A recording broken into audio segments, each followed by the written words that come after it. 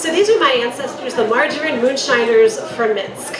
And in case you think I'm being cute by calling them Moonshiners, they really were called Moonshiners back in the day. So it begins with my great-grandfather, Jacob Wisoki, who came to this country, came to New York City, in fact, around 1890 with his brother and 3 sisters, and that's going to become important. So there are 2 brothers and 3 sisters, and so they all settled in the Lower East Side, and I find them in the earliest city directories as working in the dairy industry. They were selling butter, eggs, and cheese, which is a common profession in those days. Now I thought I knew everything that there was to know about my Wisoki ancestors. I had traced them from the Lower East Side out to Brooklyn, to North Jersey, and then on to Pittsburgh, which is where I knew the family to be from Pittsburgh. And so one day I was on Ancestry.com and just typing in names of people to see if anything new would come up, when my great-grandfather Jacob Wisoki's name came up on a list of inmates from Leavenworth. And my first thought was, oh, that's so interesting. I didn't know there was another Jacob Wisoki at that time period, because I had never heard a story that he had served hard time in a maximum security prison. And I looked on the list, and the next person in the list was Louis Wisoki. That's the name of the brother. Same incarceration date, sequential inmate numbers.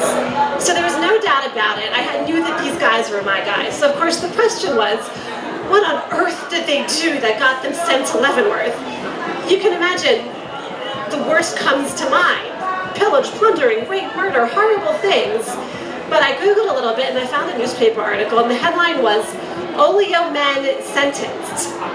And my first thought was, I think I know what oleo is, but clearly I don't understand.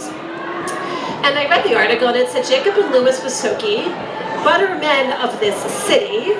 Okay, so I was on to what oleo was, but still this wasn't making sense. And it said that they were sentenced to 2 years apiece in Leavenworth. The brother was fined $1,500. This was 1909, so that was a ton of money. And the other one, my great-grandfather, was fined $2,000. So, of course, the first thought was, they went to jail for butter? And I Googled and I found everything that I just told you before about why it was that margarine was heavily regulated. So what did they do? They didn't pay the tax. There were 2 taxes they didn't pay. They didn't pay the tax on the tubs of butter or margarine that they were selling. They also didn't pay the tax in order to even be a salesman of margarine at all. And in fact, they had a special recipe I learned in my research. It was 1 part margarine, it was 1 part rotted butter, and it was 1 part common river water. And they mixed this all together and they sold it as butter and added a little bit of yellow coloring, and that was a couple more violations of the law then. First because they called it butter, and second because they added the coloring. So there you go. Those are my great-grandfather and his brother in Leavenworth. But the thing is, that wasn't the first time he got caught. The first time he got caught was in 1902 in North Jersey. It turned out there was a big problem, and he was part of it, which was that men living in North Jersey would manufacture the evil margarine out there, put it in tubs labeled as butter, and then the New Jersey peddler wagons would come across the river and they would sell it here in New York. So the New Jersey peddlers, big problem. And so my great-grandfather was selling this stuff to his fellow Jewish merchants on the Lower East Side.